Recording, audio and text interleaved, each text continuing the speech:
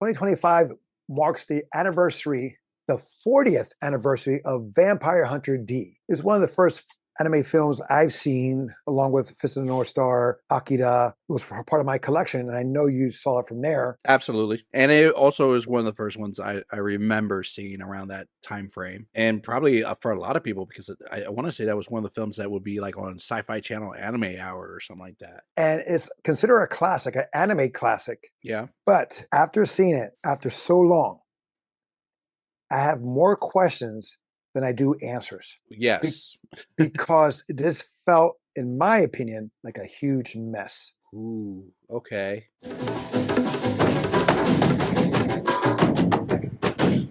Welcome back to Tales of Two Bros. My name is Angel, I'm Adon. where we give a review at least once a week. Spoiler alert. Now, you saw it in the theater because it was a big anniversary and they were showing it, I think, once or twice, a couple times for 1 week only. Yes. I own it. I own this and I own the sequel, Vampire Hunter D Bloodlust. Mhm. How was your movie experience? So, one, I got there a little bit late, so I missed the opening intro that they had somebody, the documentarian discussion. Oh, the intro. Okay, Yeah. yes, okay. But I was there interview. from the beginning of the movie to the end, and the movie Mhm. was completely subbed. It was not dubbed.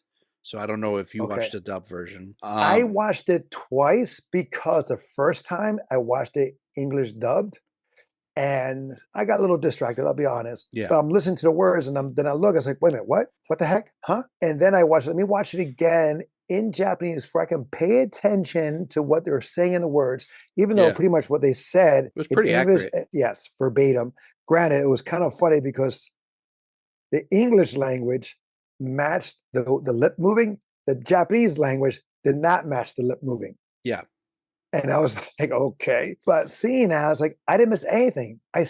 What I saw the first time was what I saw the second time. And I'm thinking that, granted, this movie is based off the popular manga. This felt like it was a compilation of multiple movies or episodes if it was a show, and they combined it into one film. That's what it felt like, because it was jumping from here to there so many times, and it caught me off guard. I was like, how is this guy here when he was just there? How is this person here when they were over there? And it was just jumping here and there, and So I was it just felt like, rushed for the editing. it felt sloppy. Oh, gotcha. That's what it felt. It felt sloppy. The music is way too loud. There was one moment, I think it was in the beginning, it felt like a Jason movie or a Halloween of music. I can get that. It definitely felt like a Friday the 13th kind of like music intro, not the Mhm. cha-cha. It was something else, eerie. I felt there was one moment where it kind of reminded me of Fist of the North Star with the music. Like that final scene in Fist of the North Star where not Ken, the guy that does the fingers was slicing with the fingers. Oh yeah. And then the blonde hair, long hair. He gets ready to fight Rao, and then they start playing the music, and they just pan over to Ken walking as they're playing the guitar music. It right, felt like but the thing is, the animation is the same animation of Fist of the North Star. Yeah, no, the animation technically is not bad. It's not bad, but it's also not good because this came out. Is dated. I think this came out maybe. 85. Well, no. I'm saying like a few years prior to Akira, where that is like jumps, leaps, and bounds better animated wise. Yeah, Akira was a pioneer in animation in general. Yes, I mean the way it looks is just like, and also, I mean, it looked like it was made for TV. Funny you say that. It is. When they aired that's what I'm saying. There you go. When it was aired at the theater, it was what was it, 4:6 ratio? Yeah. That's the ratio 4 by theater. 4:6. Yeah. So TV ratio, yeah, that's how I saw it too. So that tells me even more that is made for TV originally, and they just put things together. Because Akira has the letterbox presentation. Yeah, even Fist of the North Star had the letterbox, if I remember correctly. But the thing is, like, there's one character that looks like Ken. He's wearing a cross. They just flash. They pan through, and I was like, that's Ken. And, I mean, it does look like the Count. The Count looks like an older version of Rao. Yes, but I didn't enjoy this. Younger, yes. I don't know where he is, but I have the figure of Vampire Hunter, the long ass sword of D. Yeah, but yeah, Vampire D. I have that character. I don't know where he's at, but I have him because that's how much I thought I liked it. Well, the hand for me was the coolest thing. Okay, and you also have here. We're jumping around here. Absolutely. a lot of influence from Ninja Scroll. Yeah. Because the characters, you had that one with the spiders come out of his back. We had the bees or the hornets in Ninja Scroll. Mhm. You have the character with the long nails. We had that in Ninja Scroll, the guy with the long like weapon or nails that was in the shadows. So there's a lot of similarities. Ironically, like Ninja Scroll, I don't know. It's not ironically, but funny enough, Ninja Scroll came out in 1993, which was so that came out. All right, so this came out first, and that came out second. All right, Yes. so I guess maybe that got Ninja Scroll got influenced by Vampire Hunter D in one aspect, and they just did it better. Yeah, because they had that big dude with that on the bridge that blew up itself. The one that was Goliath. Yeah, there's a big dude in Ninja Scroll that turns to stone. So there's very much similarities, but they do that a lot of times. Anyway, that's understandable. The guy his hand chopped off with that boomerang machete he had, whatever he had. I remember as a kid thinking that was a really cool weapon. It was a cool weapon. It was a really cool weapon, and he had cool powers that you stab him, but you actually stab yourself. Yes, which only got used once. Once in the beginning when they first meet. Yes, I'm like, how has it not worked any other time? Like, okay, so why not, like, when he gets his arm sliced off, why not get the other guy's arm sliced off? I thought about that. I did think about that, and I was like, maybe he has to be concentrating or focusing because, like he was caught off guard because of the candle. But but that's never explained. But no, okay, but so. Oh, God. So. Because, like, he's fighting the guy, there's multiple times, and then it just stops, and you see Vampire running into the castle, saving a girl. What the hell happened with him and the other guy? And then the other guy shows up later for something else.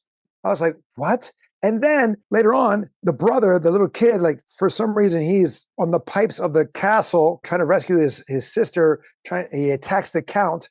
The count's aura makes a kid bounce off him, and he's falling to his death, and the one-armed guy saves him. Why would you save him? You're evil. You wouldn't care if a kid lives or dies, but he saves him. Yeah. There's no inclination that he has a good soul or good heart at all. Exactly. I mean, even when he said he was going to kill the count, didn't say that he was there to save the girl or anything like that. Like, he had eternal heart. He was just out of revenge. There's no explanation or display of change of heart or something like that. I just know that he wanted to kill the count because the count refused to give him eternal life. Yeah, that I get. Not even like a moment when he kidnapped the kid the first time. Like, he was like, I'm just using him for show. Yeah, I get that. Mm-hmm. And then maybe he wanted the boy for a snack. Maybe, but and then when he's the vampire D, when he's fighting the three sirens or snakes, whatever you want to call them. Yes. I just find it funny that they're playing the harps, but they're doing this. All they're doing is this on the harp, up and down, up and down. And the music of the harps that we hear is not in sync. Not match at all what they're saying or what they're playing. They're just going like this. I was like, that's interesting. And they changed to snake form to human form to snake form to human form to like. And then they just die. Huh? He feeds on their blood and decapitates them. Yeah, but he bites them, and then they all like perish. Like, he bites one, but they all perish. Well, so when he bites one, they cut the scene, go to another scene, like you're talking about editing, right? And then when they come back, it's like you missed the fight. You missed the fight. Yeah. Now, granted, that's how it is in life. In life, you don't know what's happening over there. Just know what you're dealing with. So that's one thing. Yeah. Also, in the beginning, when she, the heroine or the victim or whoever, the damsel in distress, she meets the count. Yeah. And he lets her live. Yeah, he's going to make her a bride. Right. He bites her, lets her go. Apparently, why would you bite her? It's his routine because it happened before with the village like 50 years ago. But the thing, and he seems so bored. Well, that's what he says. He's like, I'm really bored. So this is why I pick me a woman every. I know, but the thing is, he's telling everything. He's explaining to his daughter what the thing is, and he's just like, Not even like, I need life. I'm so bored. Like there's no animation in the animation of the count. He's just like, I'm so bored that I found her and she reminds me of your mother. Yeah. That's why I picked her. Her beauty is like that of your mom's. Yeah. And your mom, because the girl thought she's an aristocrat, she's like royalty and all this stuff. It's like, no, your mom's a slave, like this girl or a peasant, like this girl is. Yeah, you're not. And she's like, what? And then that girl, she was all over the place. I hate you. I love you. Go to hell, Dad. Dad, I'll be with you. I'll die with you. What the fuck? The teenage ears. And okay, a prime example too, like she can't make up her mind.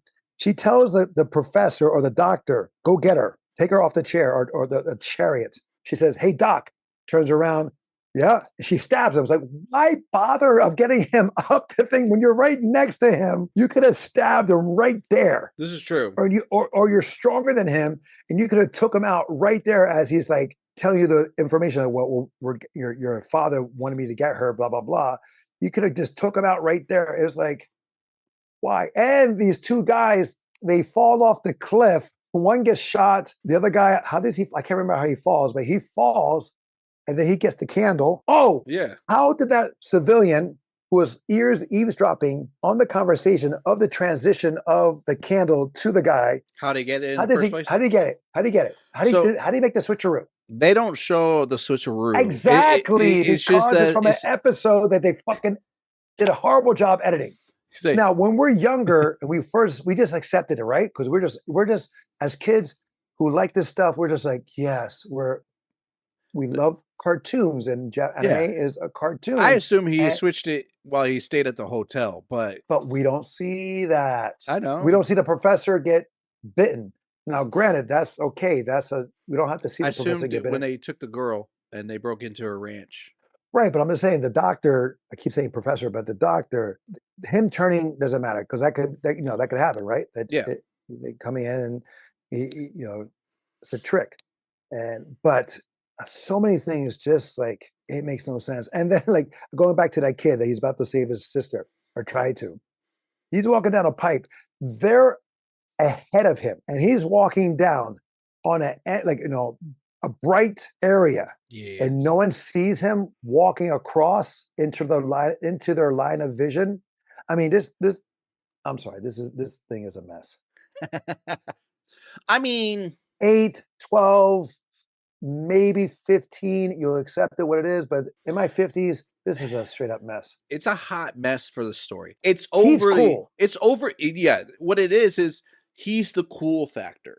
The main part of this is like, this is a cool factor character. He's like, he comes in, says very little, acts very cool, and like he kills the bad guys and gets away with it. Yeah, he's like the James Bond. Exactly. It's a simple story. Oh yeah. But because they're trying to add some twists, they're making it more complex, and the story couldn't. The movie's only an hour 15, something like that. An hour 15. Yeah, about that. They probably could have used an extra 15 minutes. Yes. Where we usually say they could trim it up. Here they could have been adding in more. Exactly. Make it 15 minutes more, make it a full 90-minute movie, and that stuff. You could have cleared so many things up. I mean, if you're not going to think about it and you're just watching it for the hell of it, it's still a good time. If you're going to put some thought into the actual story, then no, that's going to take it away. Yeah.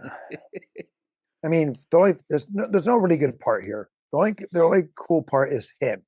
He's a cool character, you know. Him and his hand. Yes, which is also weird, but because you hear this talking to him, kind of like the Crow in a sense in the comic book, the Crow is talking to Eric Draven, or here is talking to is like almost like his subconscious. But it's and you don't even know if it's in his head or not, because no one else interacts with the hand. But you see it though. You do see him. They show it relatively early. The hand when like he touches the girl and she passes out. Yes, you see the face, but you don't see it like talking.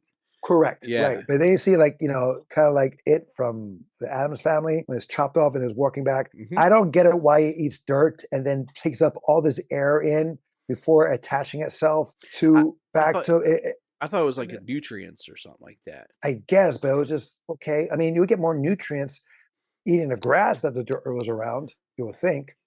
but and then is and that kind of reminded me of Evil Dead too. Yeah, kind of. The hand, it's like beating at the chest, like wake up, and trying to. Then it kills this. I was thinking of it like, do you remember the movie The Gate? No, it was an old Canadian horror, and like one of the kids, it was a horror film with kids, and one of the kids gets an eye in the middle of his hand. Oh wow! Okay. Yeah. No. And he ends up stabbing. Oh, it's kind of like a Labyrinth, Pan's Labyrinth. Well, yeah, but instead of it being a monster, the kid's hand gets like possessed, and like an eye literally opens up and is looking right at him. Oh, okay. It's an old movie. Yeah. Like the thing is, like once you get bit from vampire Dracula lore, and he's also the son of a descendant of Dracula. Yes, they don't. It's insinuated. Well, in the English version, they say it. Yes, in the Japanese, they say the noble one. Yes, or the ancient one. Yeah. Right, and it's like no, but when you get bit, you start going to a trance. It's almost like you're connected to the vampire that bit you. Yeah, you become a connection. Thrall. Yeah. Right. Here, no, she's totally separated. I need someone to kill him.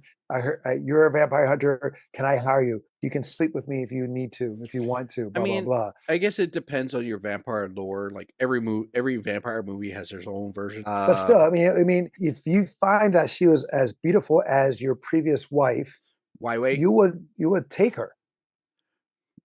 You would just take her with you. Well, again, like we don't know if there's like a process that has to go through several days.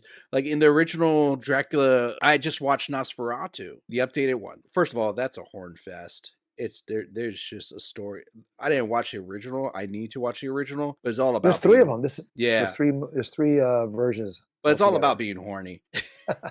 Literally. So the whole story is like he can't take her unless it's willing. And he can't force her in Nosferatu. So well, I mean, that's very much of like and in Dracula too, like kind of like most of vampires, like they can't go into the house unless they're invited. Yeah. But I mean, like they want to turn her or whatever. They have to willingly want to turn. In other iterations, no, they don't have to interview with a vampire. I'm going to give you the choice I never had. The vampires could be turned without being given a choice. So it's just one of those things. Here, they don't explain that. Now, funny enough, this isn't technically a manga. It's a series of novels. They had a huge series of novels that predates the movie, and that's what this is based off of. So they wasn't like where in the mangas they have like panels, artwork, and stuff like that. It's mostly like you read everything, and then here's one page of art, and then let's go to the next few chapters. On Rotten Tomatoes, it's 78% by the critics and 78% by the audience. It is worth lower. It is, to me, in the 60s. I can't give you an exact number, but it's in the 60 to 70 range. It is not worth the 70s. Definitely not. I'm going to differ from you. I'm going to say 75, but I'll explain my logic for it. I can shut down my brain. And half the time when I watch something, I do. So if I'm not thinking logically and I'm watching it, I can get some enjoyment out of it. Perfect. And if I don't catch something that's going to get me obsessed, then fantastic. I'll enjoy the film. And I can do that with this. I also think it's fascinating because like when we're talking about theater experience, the theater was actually pretty packed. Really? Yeah. Apparently I heard people behind me that like they were talking about like they were in college and they're like, our professor actually suggested we watch this because of their course. So I guess they were doing some kind of film anime studies course or whatever. So there's some relevance in, I guess, not necessarily the story, but for like the style and the history, the impact this had. Right. So I can see that being as like maybe worth the watch in that aspect. Well, I mean, this is a cult classic. Absolutely. The concept is good. It's into the vampire lore. It's anime lore. He's basically Blade. Yeah. Japanese Blade. So yeah, exactly. No, I knew about him before I knew about Blade. Right. So the ending. There's a couple of things at the ending. Oh, by the way, it's not worth the watch in my opinion. The count was taken down too easily for how powerful he was, that he can actually like Superman have like heat vision, but not really heat vision, is motion vision. So he can move people with the power of his gaze. It's like Jean Grey. Yeah, telekinesis, but he looks like he can see it, and he kills what's his name, Blade Thrower, or the Boomerang Boy. His head explodes. I was like, ooh, okay. He did his scanners. Well, he smashes his brain and smashes the body against a few columns before smashing to that wall. So you see how powerful he is. Mm-hmm. And then he has a fight with D. Wait a minute, does D stand for Dracula? I never read the books, so it's just like it's just insinuated that it could mean that. Right.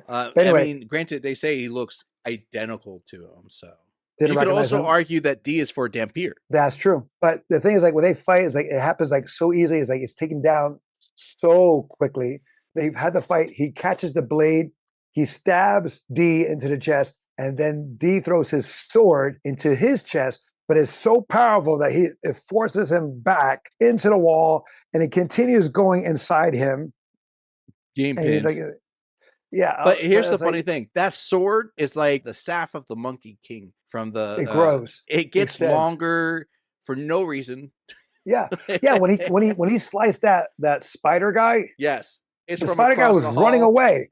He was running away, and D was just standing there. He went, boom, and he was able to reach him. I was like, yeah.